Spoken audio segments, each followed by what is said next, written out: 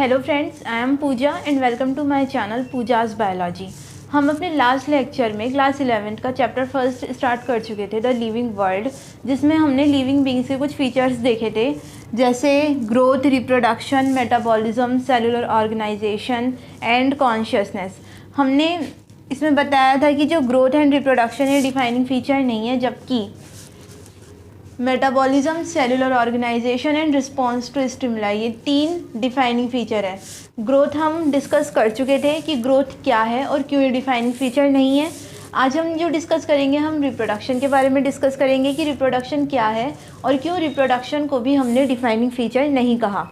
तो सबसे पहले हम बात करते हैं रिप्रोडक्शन की। रिप्रोडक्शन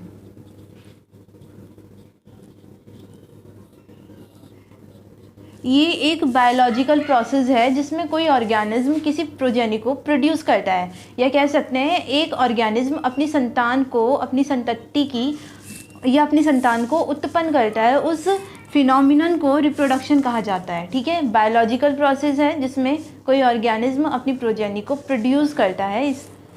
ये जो रिप्रोडक्शन है लिविंग ऑर्गेनिज्म में मिलता है। ठीक है, हमने कहा कि रिप्रोडक्शन डिफाइनिंग फीचर नहीं है, तो इसका क्या मतलब है? क्या ये नॉन लिविंग में भी मिल रहा है? तो पहली बात तो ये कि जो रिप्रोडक्शन है वो नॉन लिविंग थिंग्स में नहीं मिलता। ठीक, no non living things can be reproduce. कोई भी नॉन लिविंग थिंग रिप्रोडक्शन नहीं कर सकती। जो रिप्रोडक्शन है वो सिर्फ और सिर्फ लिविंग में ही मिलता है, लेकिन फिर भी हमने इसको डिफाइनिंग नहीं कहा। क्यों नहीं कहा वो हम आगे डिस्कस करेंगे। पहले हम रिप्रोडक्शन को ही डिटेल में थोड़ा सा डिस्कस कर लेते हैं। रिप्रोडक्शन बायोलॉजिकल प्रोसेस है जिसमें एक पेरेंट सेल जो है अपनी प्रोजेनी को प्रोड्यूस करती है। मल्टी सेलुलर ऑर्गेनिजम्स में भी मिलता है, एंड ये यूनिसेलुलर ऑर्गेनिजम्स में भी होता है। ठीक है, मल्टी सेलुलर ऑर्गेनिजम्स में रिप्रोडक्शन क्या है? Production of progeny. इसमें क्या होता है कि जो प्रोजेनी प्रोड्यूस हो रही है वो कम या ज़्यादा, लेकिन अपनी पेरेंट सेल से मिलती जुलती होती है। ठीक है, या तो कम होगी या ज़्यादा होगी, लेकिन अपनी पेरेंट सेल से या जिस ऑर्गेनिज्म से वो प्रोड्यूस हो रही है उससे मिलती जुलती होगी। तो मल्टी सेलुलर ऑर्गेनिज्म में प्रोडक्शन of progeny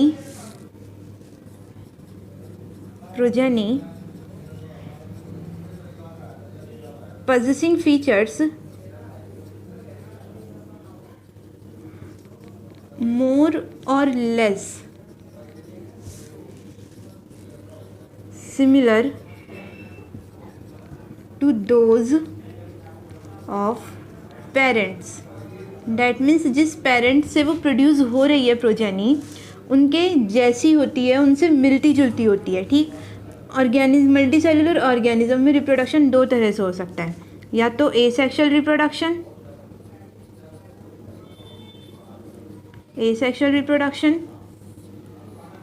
या सेक्सुअल रिप्रोडक्शन। जो रिप्रोडक्शन है वो 2 तरह से होता है मल्टी सेलुलर ऑर्गेनिजम्स में, asexual reproduction and sexual reproduction. Asexual reproduction में कोई गैमेट फॉर्मेशन नहीं होती। ठीक है, कोई गैमेट फॉर्मेशन नहीं होगी। इसमें कोई फ्यूज़न नहीं होता है गैमेट्स का, गैमेटिक फ्यूजन नहीं होता है इसमें। ठीक, उसके अलावा जब गैमेटिक फ्यूजन नहीं हो रहा है तो फर्टिलाइजेशन भी नहीं हो रहा है। इसमें सिर्फ और सिर्फ माइटोसिस डिवीज़न होता है। ठीक, एसेक्सुअल रिप्रोडक्शन में कोई गैमेटिक फॉर्मेशन नहीं होती, डैट मीन्स गैमेटोजेनेसिस नहीं होता। गैमेट फॉर्मेशन का जो प्रोसेस होता है उसे हम गैमेटोजेनेसिस कहते हैं। देन फिर जब गैमेट फॉर्मेशन ही नहीं हो रही है तो गैमेट्स का फ्यूज़न भी नहीं होगा, फर्टिलाइजेशन नहीं होगा, लेकिन इसमें जो डिवीज़न होता है वो सिर्फ माइटोसिस डिवीज़न होता है। एसेक्सुअल रिप्रोडक्शन नाम से ही पता चल रहा है, ए मीन्स होता है एब्सेंट और सेक्सुअल मीन्स होता है सेक्स। जो सेक्सेस होते हैं वो इसमें एब्सेंट होते हैं। एक सिंगल पेरेंट ही कैपेबल होता है अपनी प्रोजेनी को प्रोड्यूस करने के लिए, और एसेक्सुअल रिप्रोडक्शन में जो प्रोजेनी बनती हैं वो बिल्कुल अपने पेरेंट जैसी ही होती हैं। वो मॉर्फोलॉजिकली भी एंड जेनेटिकली अपने पेरेंट जैसी ही होती हैं, बिल्कुल एग्जैक्ट कॉपी होती हैं अपने पेरेंट की। इसलिए एसेक्सुअल रिप्रोडक्शन में जो प्रोजेनी बनती हैं उनको क्लोन भी कहा जाता है, ठीक।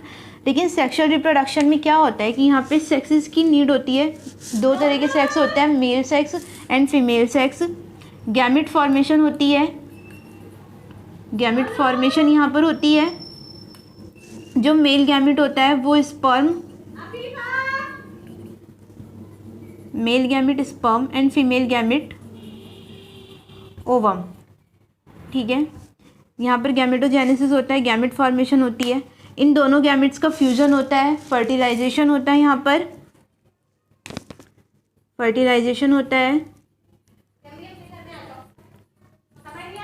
मियोसिस डिवीज़न होता है एंड माइटोसिस डिवीज़न होता है, ठीक। ये होता है sexual reproduction.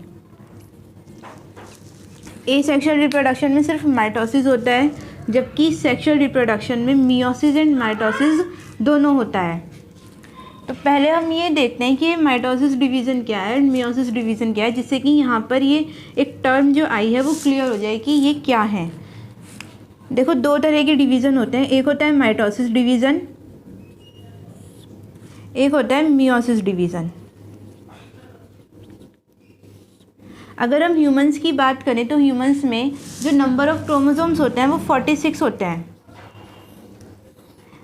That means 23 pairs, जिन्हें हम 2n से रिप्रेजेंट करते हैं, डिप्लॉयड।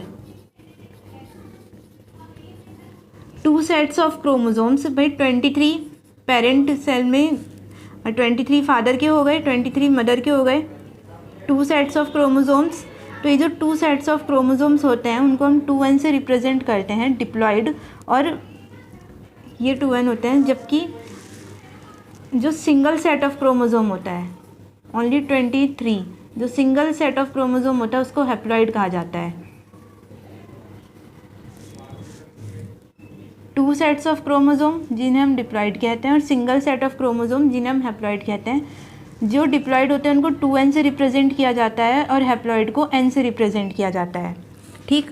तो माइटोसिस में क्या होता है कि सपोज़ ये कोई डिप्लॉयड सेल है, इसमें जब डिवीज़न होगा तो एक पेरेंट सेल से 2 डॉटर सेल्स बनेंगी,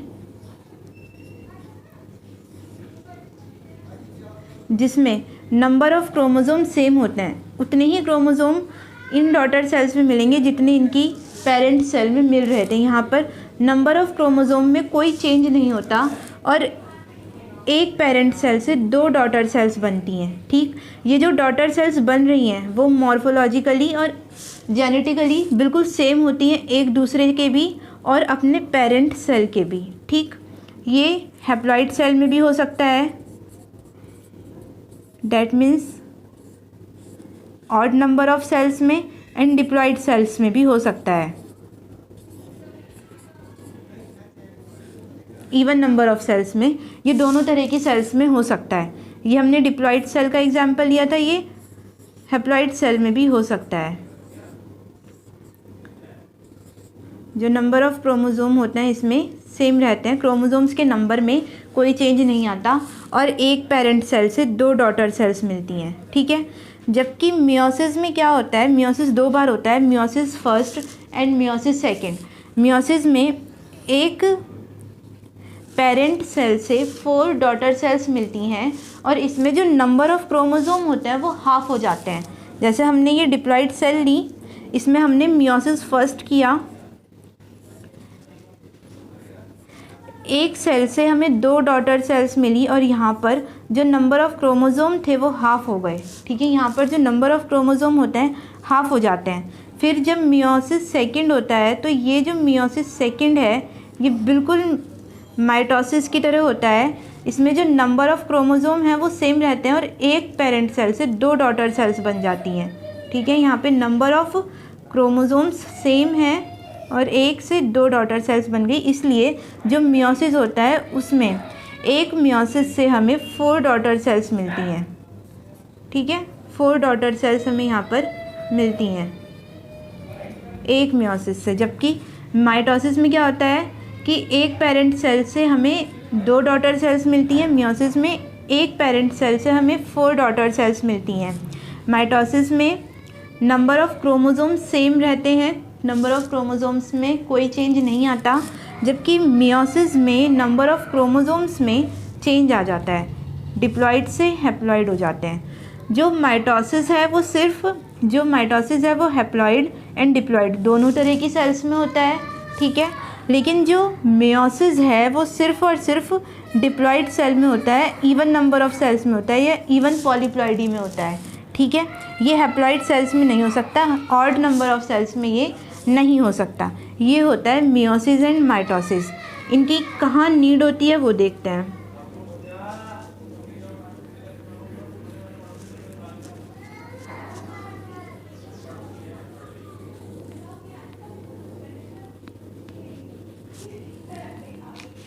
हमने कहा कि जो सेक्सुअल रिप्रोडक्शन होता है इसमें गैमेट फॉर्मेशन होती है। तो जब गैमेट फॉर्मेशन होती है उस टाइम पे मियोसिस डिवीज़न होता है। मेल गैमेट होता है स्पर्म जो कि हैप्लॉइड होता है, फीमेल गैमेट होता है ओवम, ये भी हैप्लॉइड होते हैं। होता क्या है कि जिस टाइम गैमेट फॉर्मेशन होती है, कोई डिप्लॉइड सेल है, जब वो डिवाइड करती है यहाँ पर मियोसिस डिवीज़न होता है और जो नंबर ऑफ़ क्रोमोसोम्स होते हैं वो हाफ हो जाते हैं। और इस तरह से जब पूरी तरह से गैमेट फॉर्मेशन हो जाती है, स्पर्म एंड ओवम बनते हैं और जो नंबर ऑफ़ क्रोमोसोम है वो हाफ हो जाता है, ठीक है। फिर हमने कहा कि इसमें गैमेट फॉर्मेशन होती है, गैमेट फॉर्मेशन हुई मियोसिस के थ्रू होती है। यहाँ पर जो गैमेट फॉर्मेशन के टाइम पर जो डिवीज़न होता है वो मियोसिस डिवीज़न होता है। उसके बाद हमने कहा कि जो मेल एंड फीमेल गैमेट जो बने हैं उनका फ्यूजन होता है। तो ये मेल गैमेट और फीमेल गैमेट इनका फ्यूजन होगा, एन और एन मिलेंगे, डिप्लॉइड सेल बन जाती है, फ्यूज़न होके फर्टिलाइजेशन होके जो सेल बनती है वो डिप्लॉइड सेल होती है जिसे जाइगोट कहते हैं। जाइगोट में फर्दर डिवीज़न्स होंगे। इसके बाद जो डिवीज़न होगा वो माइटोसिस डिवीज़न होगा।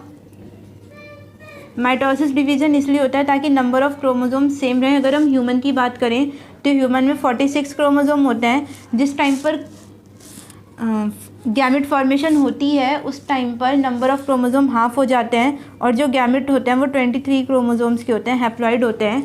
जब मेल गैमेट भी 23 क्रोमोसोम्स का होता है और फीमेल गैमेट भी 23 क्रोमोसोम्स के होते हैं। जब ये दोनों गैमेट आपस में फ्यूज़ करते हैं तो वापस से 46 क्रोमोसोम या डिप्लॉइड जाइगोट बन जाता है। इससे क्या होता है कि स्पीशीज़ की निरंतरता बनी रहती है।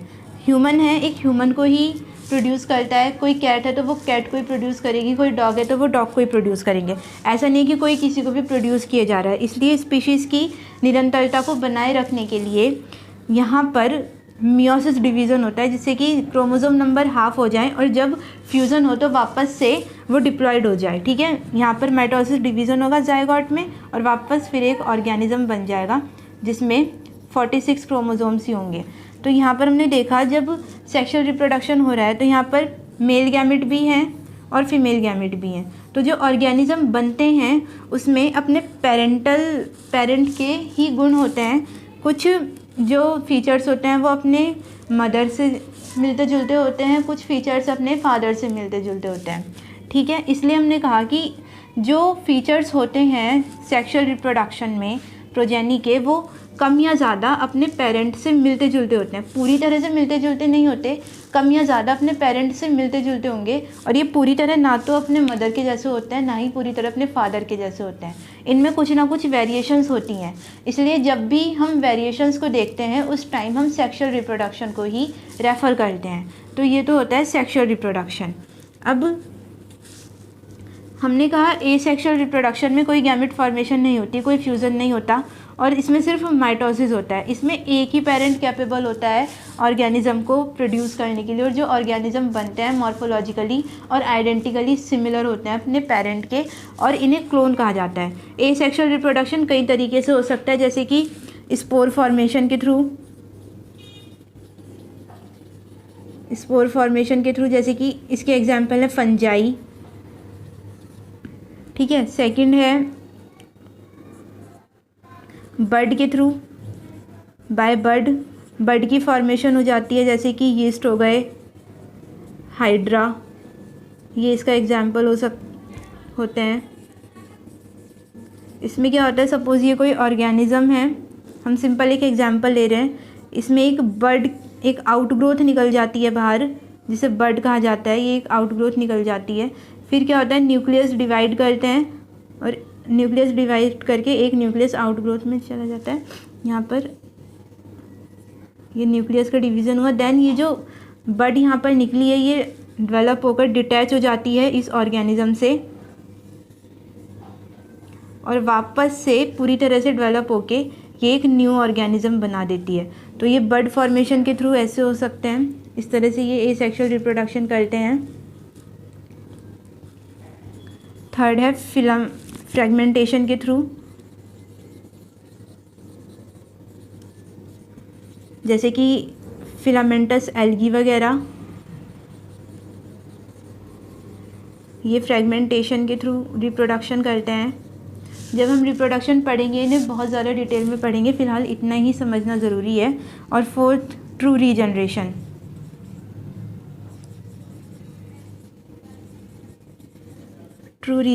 जैसे कि प्लेनेरिया। इसमें क्या होता है ट्रू रीजनरेशन में कि जो लॉस्ट बॉडी पार्ट होते हैं उसके थ्रू भी एक न्यू ऑर्गेनिज्म बन जाता है, जैसे कि प्लेनेरिया में होता है। सपोज़ ये एक प्लेनेरिया है,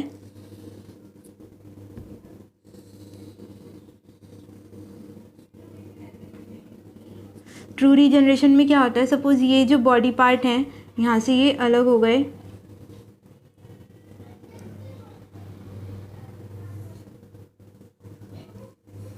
तो इसमें ये प्लेनेरिया क्या करता है कि रीजनरेशन करके हर एक पार्ट से जो लॉस्ट हुआ है, हर एक पार्ट से एक न्यू ऑर्गेनिज्म फॉर्म हो जाता है। इससे भी एक पूरा प्लेनेरिया बन जाता है, इस वाले पार्ट से भी एक पूरा प्लेनेरिया बन जाएगा और इस वाले पार्ट से भी एक पूरा का पूरा ऑर्गेनिज्म बन जाएगा।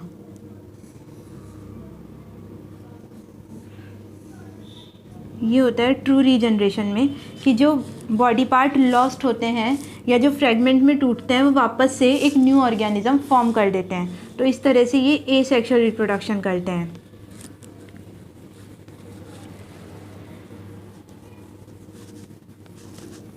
ये तो हो गया रिप्रोडक्शन मल्टीसेलुलर ऑर्गेनिजम्स में, कि मल्टीसेलुलर ऑर्गेनिजम्स में जो रिप्रोडक्शन हो रहा है इसमें जो प्रोजेनी बन रही है मोर और लेस अपने पेरेंट जैसी होती हैं। दो तरह से होता है, सेक्सुअल रिप्रोडक्शन या asexual reproduction.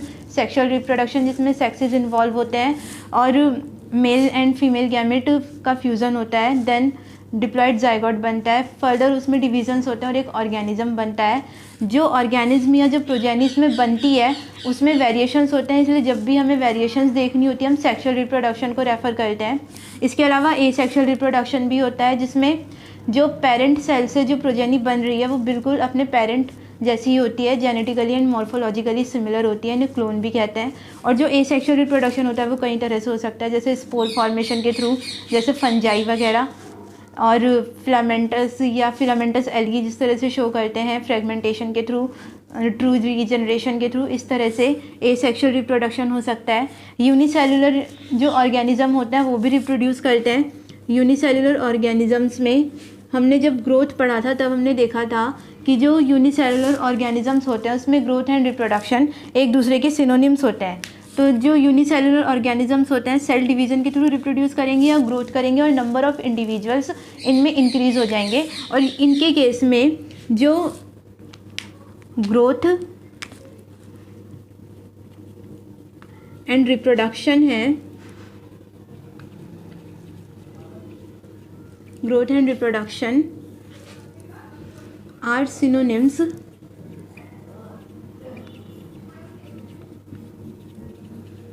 To each other,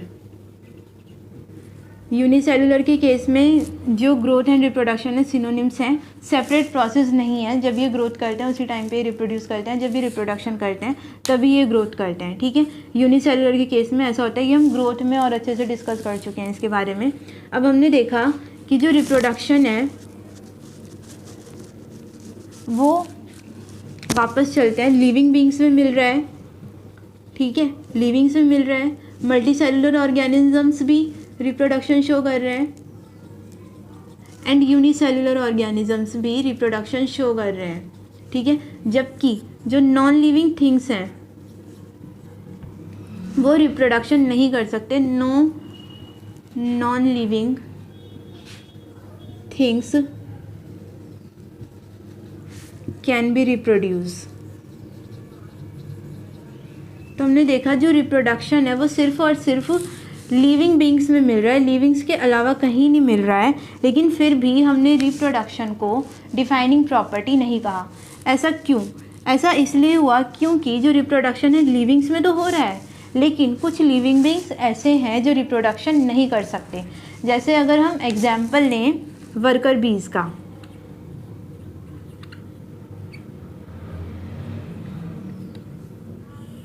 Honey बीज की 3 कॉलोनी होती है, क्वीन, ड्रोन एंड वर्कर बीज, जिसमें से जो वर्कर बीज हैं ये रिप्रोडक्शन नहीं कर सकती। वर्कर बीज रिप्रोडक्शन नहीं कर सकते। उसके अलावा कुछ इनफर्टाइल ह्यूमन कपल्स होते हैं। इनफर्टाइल ह्यूमन कपल्स ये भी रिप्रोडक्शन नहीं कर सकते। ऐसा क्यों होता है कि या तो इनके रिप्रोडक्टिव सिस्टम में कोई एबनॉर्मलिटी हो, या गैमेट फॉर्मेशन नहीं हो रही हो, या किसी और रीज़न की वजह से कुछ ह्यूमन कपल्स रिप्रोडक्शन नहीं कर सकते, ठीक है। थर्ड होते हैं म्यूल्स, जिन्हें हिंदी में खच्चर कहते हैं। ये जो म्यूल्स होते हैं ये हॉर्स एंड डंकी के हाइब्रिड होते हैं।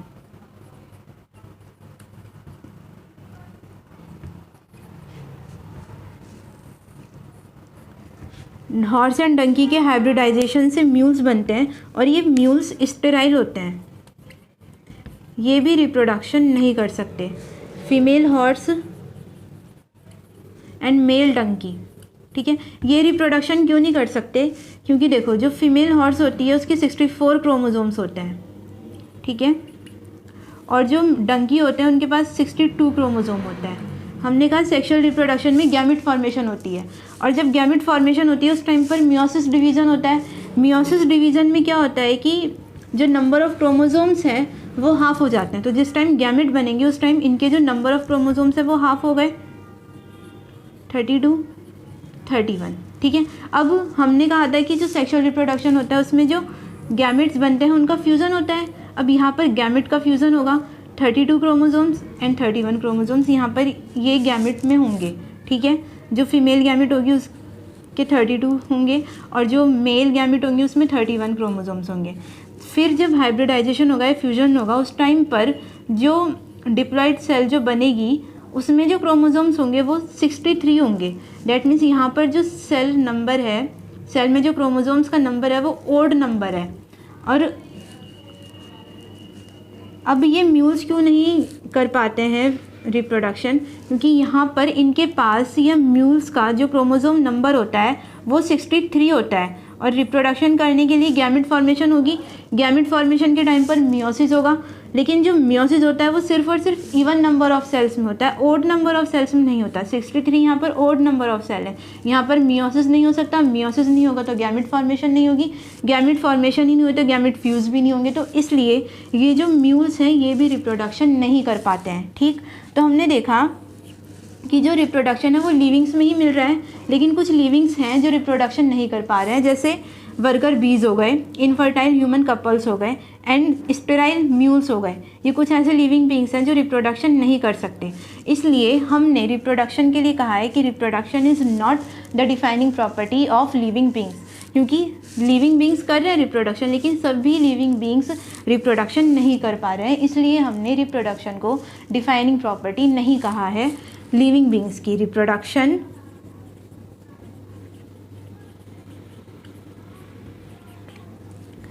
Is not the defining property of living beings. आज हमने रिप्रोडक्शन के बारे में डिस्कस कर लिया। उम्मीद है आप लोगों को समझ में आ गया होगा। अगर कुछ भी कोई भी क्वेश्चन है तो आप मुझे कमेंट बॉक्स में पूछ सकते हैं। हमारा जो नेक्स्ट लेक्चर होगा उसमें हम metabolism, cellular organisation and response to stimuli इसके बारे में डिस्कस करेंगे। Thank you.